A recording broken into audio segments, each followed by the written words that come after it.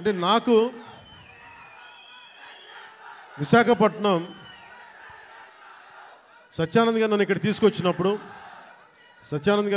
తీసుకొచ్చినప్పుడు నాకు యాక్టింగ్ అంటే తెలియదు, యాక్టింగ్ ఉన్నామాలు తెలియదు. మీరు అలసిపోయిన తర్వాత మాట్లాడతాం, మీరు అరౌండ్ ఎంతసేపు అరుస్తాం. ఈ అరుపులు, ఈ ఉత్సాహం రేపు సినిమాలకు ఉంచుకోండి, మొత్తం అలసిపోతాను. నేను మీతోటి నా అనుభవాలు పంచుకుంటాను. అంటే నేను మీరు ఇప్పుడులా కనిపించే సత్యానంద్ గారు నాకు పరిచయం అయ్యే టైంకి నాకు బయటికి 10 మంది మధ్యలోకి రావాలంటే చాలా ఇబ్బంది ఉండేది. రూమ్లోంచి బయటికి రావాలంటే సిగ్గుపడిపోయేవాడిని, ధైర్యం ఉండేది కాదు. కానీ లోపల చాలా ఆలోచించేవాడిని. ఏదన్నా సరే బయటకు వచ్చి ఏదైనా మాట్లాడాలి, గొంతు పెగల్చాలి అంటే లోపల బిగుసుకుపోయేది, భయం వచ్చేది, గొంతంతా ఉండలు చుట్టుకుపోయేది. అలాంటి సమయంలో మా అన్నయ్య గారు అడిగారు, నువ్వు ఏమవ్వాలని ఉందరా అంటే, నేను చాలాసేపు ఆలోచించాను. జస్ట్ బతకాలి ఉందని చెప్పాలనుకున్నా. ఆ మాట అంటే కొడతాడేమని చెప్పలే, ఏదో తెలివితేటలు చూపించుకున్నా.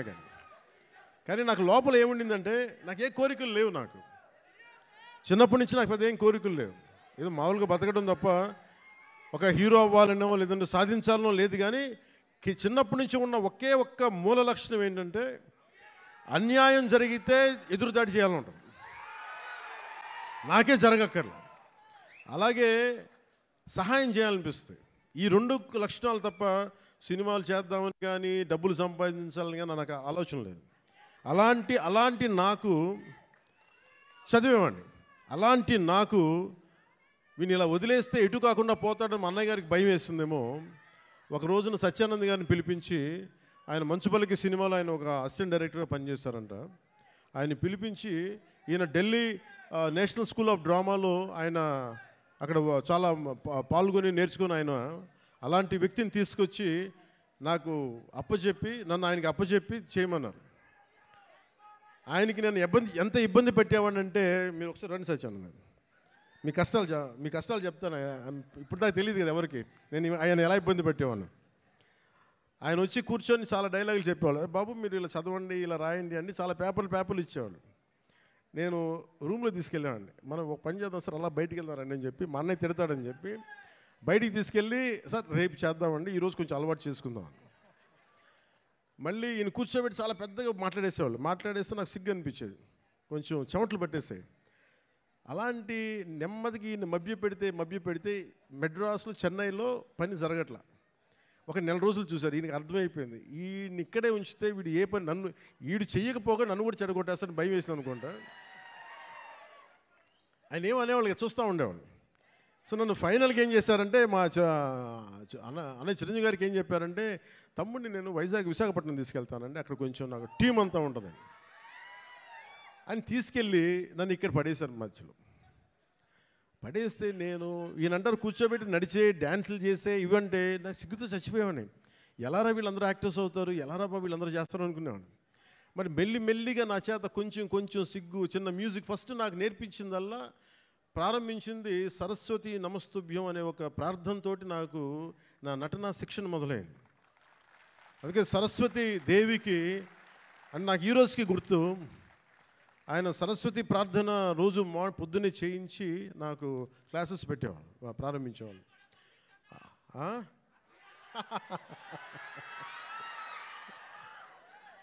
అలాగే ఆయన అలా స్టార్ట్ చేసి నాకు ముందు ఆటపాట చెప్పారు, మన ఉత్తరాంధ్ర ఆటపాట.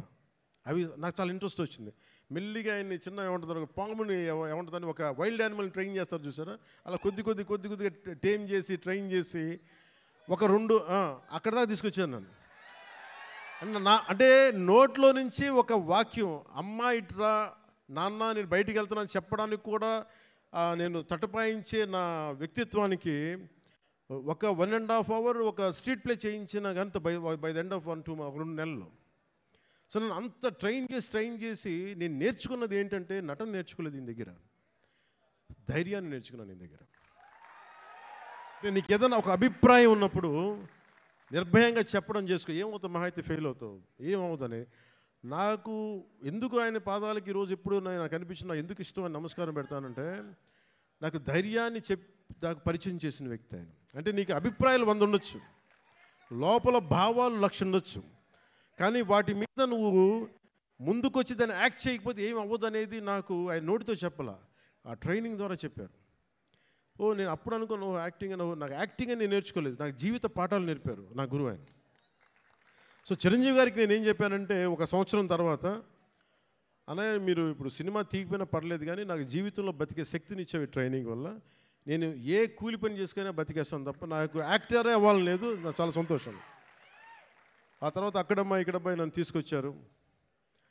అలాగే వైజాగ్లో తీసుకొచ్చారు. వైజాగ్ స్టీల్ ప్లాంట్లో ఇక్కడను చచ్చిపోయేవాడిని సిగ్గుతో. అప్పుడు మళ్ళీ మళ్ళీ మళ్ళీ ఒక 6 months మనకి 1 year గ్యాప్ రాగానే మళ్ళీ యాజ్ యూజువల్ మన యూజువల్ సిగ్గు మళ్ళీ ముడుచుకుపోయాను మళ్ళీ. అలాంటిది నన్ను గోకులం సీత చేశాను, తర్వాత సుస్వాగతం చేశాను. నాకు ప్రత్యేకించి విశాఖపట్నానికి ప్రత్యేకమైన అనుభవం ఏంటంటే, నాకు భీమిలిలో మాకు తెలిసిన వాళ్ళకి ఒక గెస్ట్ హౌస్ ఉండేది, నన్ను అక్కడ ట్రైనింగ్ చేసేవారు వీళ్ళందరూ. సో నాకు అందుకు భీమిలి కానీ మన ప్రాంతాలు కానీ మన సర్క్యూట్ గెస్ట్ హౌస్ మనం ప్రాక్టీస్ చేసేదాన్ని ఒక సంగం శరత్ ఓనర్స్ గెస్ట్ హౌస్ ఒకటి ఉండేది. అక్కడే మ్యాక్సిమం ట్రైనింగ్ క్లాసెస్ అని సాయంత్రాలు పడు. మార్నింగ్ ఏమో భీమిలి, సాయంత్రాలు సంగం శరత్.